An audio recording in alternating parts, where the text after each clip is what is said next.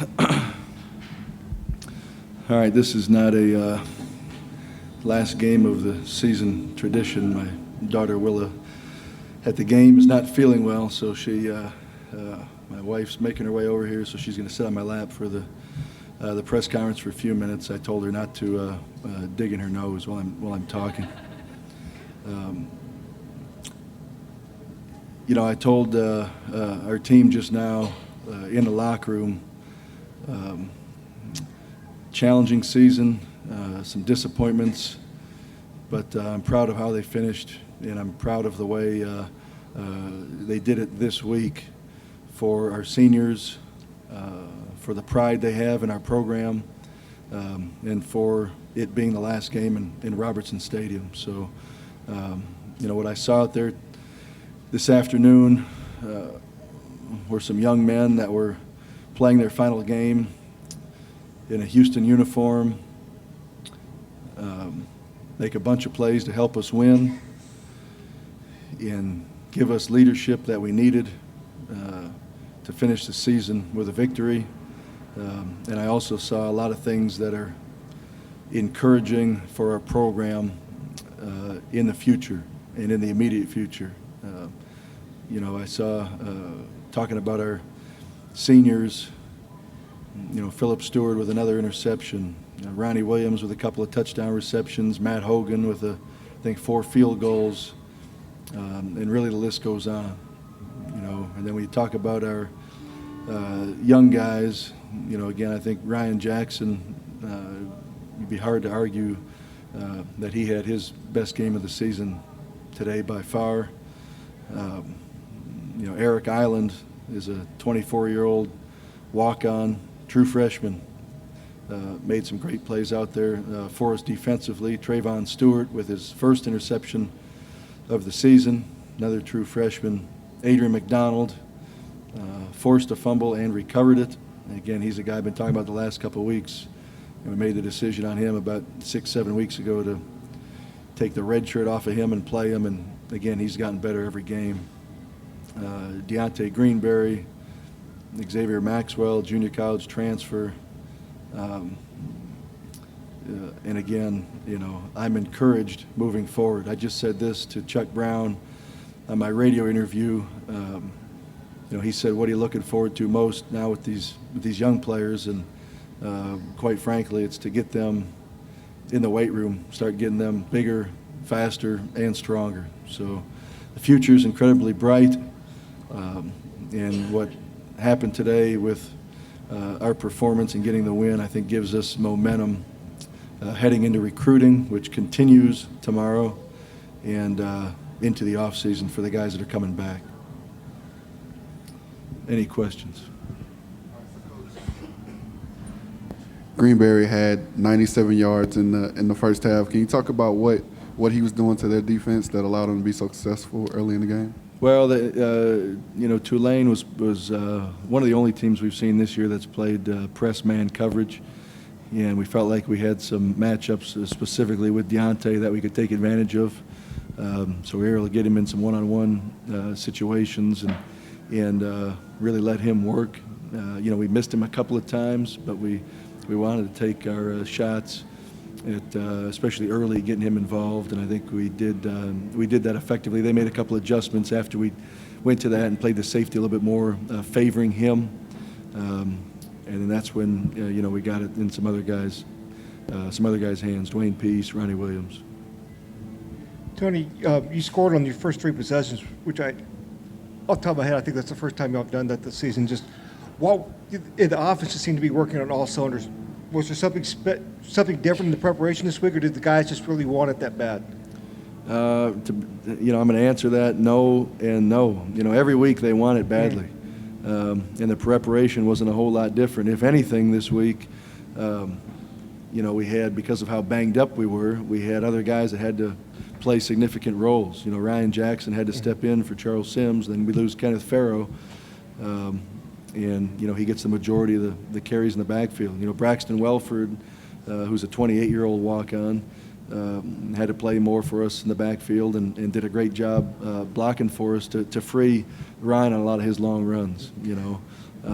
Up front, you look out there and three of our four captains didn't play. Jacoby Ashworth doesn't play, so now you got DeAnthony Sims playing, and Kevin Forsch playing because Ralph Aragru didn't play. So the preparation, I think, was the same. And again, not to sound disrespectful saying no and no to your question, but they always prepare well. They always want to play well and play hard and win. I just think we executed better, and you look at some of the drives where we stalled, and it was an incomplete pass on 1st and 10, which now creates 2nd and long. It was a sack on 1st and 10. Now we're in 2nd and 16. So, what you've seen all season, what you saw today is the game of football. Turnovers normally dictates who wins the game.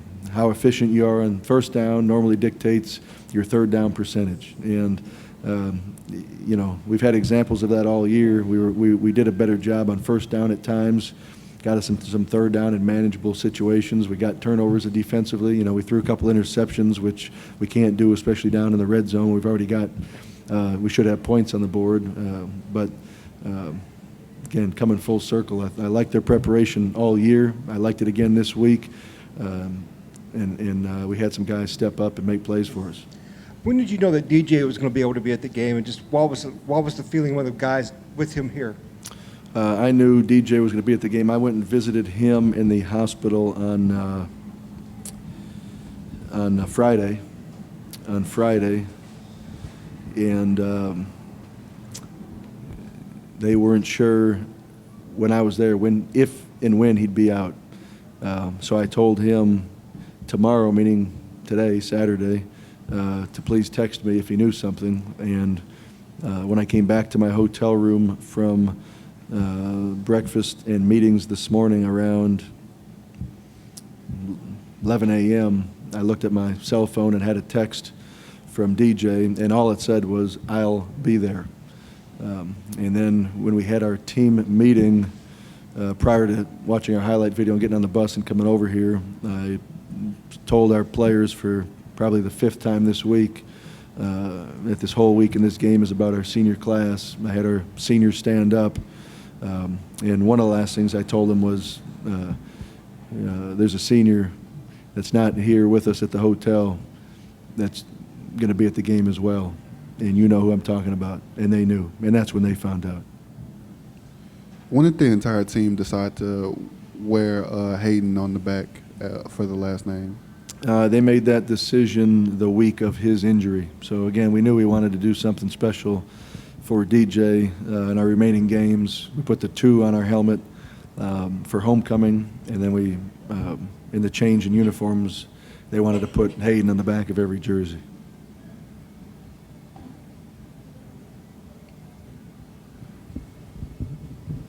Can you just describe your emotions and how special it was to actually have Hayden out here today for his senior day? Say the first part one more time again. I didn't hear the first thing. Oh, it was just if you could just describe your emotions and how special it was to actually have Hayden out here. It was extremely special, and it's hard. It's my first time as a head coach, and I remember Coach Sumlin describing his emotions to me on senior day when he stood by the tunnel and had to shake hands and embrace all these seniors as they ran out for their last home game. And I'm an emotional person. I tried to kind of block it out this week a little bit and stay on task with our preparation and recruiting. I told the seniors last night in our team meeting that at some point, if it hasn't hit them by now, it's either going to hit them when the bus pulls into the parking lot and they realize it's the last time they see these tailgaters, where they get off the bus, when they walk through the crowd into the stadium, when they come out of the tunnel. At some point, it's going to hit them. I knew it hit me, and it really did, saying goodbye to them. We got 25 great seniors. I've recruited a bunch of these young men, and again, seen them from age 17 and 18 and on, and specifically DJ Hayden for what he has meant to our program, what he's meant to our younger players, the example he has set, and the lives he's touched. For it to work out, the timing to be right, and his health to be where he could get out and be here today. You know, the emotions are running high for our players, for me, and you know, every time I looked back and had to hug another senior, it was almost, as they say, when you're you know, how many thoughts go through your mind the last couple seconds of your life, and I'd look back at a senior and just picture something about him, whether sitting in his home or something that's gone through on in his life or something he's done within our program. You know, we had Dominic Miller get engaged right before kickoff, and then to wrap it up with DJ being able to be here and see his mom, see his dad on the field, and you know, that was extremely special to me and to our team. What are just your final thoughts on being able to coach this very last game in Robertson Stadium? Well, it's you know, I've said this all week, and I truly mean this. It's mixed emotions. You know, I've got great memories of the 5 years I've been here of you know, great games that have taken place in Robertson, great individual performances. You know, we couldn't help.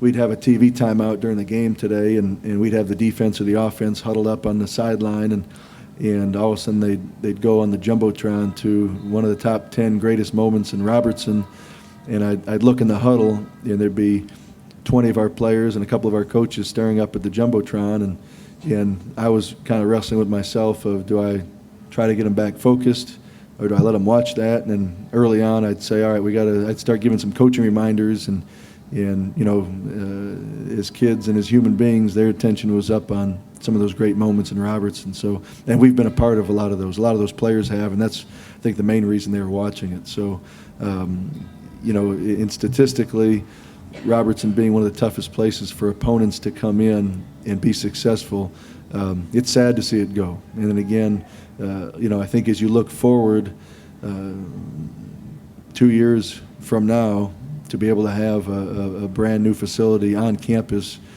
and you know, it's going to be exactly what University of Houston needs. It's going to be the nicest stadium in the country. I think there's going to be a lot of excitement generated moving forward. So it's mixed emotions. Sad to see it go, but again, I think everybody's looking forward and excited about what's yet to come.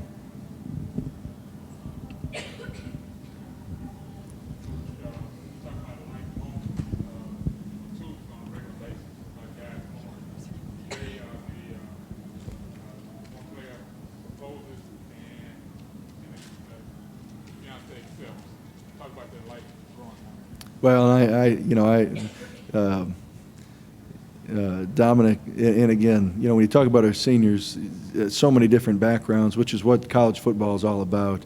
And when Dom came to me a couple weeks ago and told me he wanted to do it, there was no hesitation. Absolutely, we'll do it, and it'll be special. And you know, I grabbed him on the way out of my office and said, "Hey, you feel pretty confident what she's going to say?" And so we had a good laugh. But you know, I told him today in the hotel, one-on-one, I said, remember, soak it in today, because it's something you'll never forget.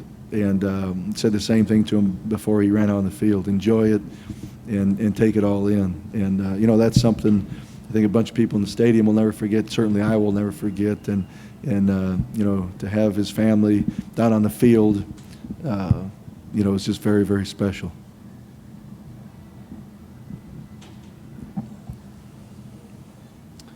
All right, thank you.